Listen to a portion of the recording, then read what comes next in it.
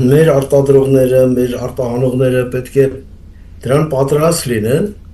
որտեվ կա այդպիսի կարծիք, որ հնարավոր է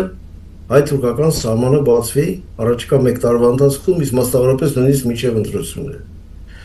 Եվ դրան պետք է պատրաստ լինեն առումով, որ նոր հեռանկարներ են բացվում դեպի Եվրոպա ապրանքների արտահանման։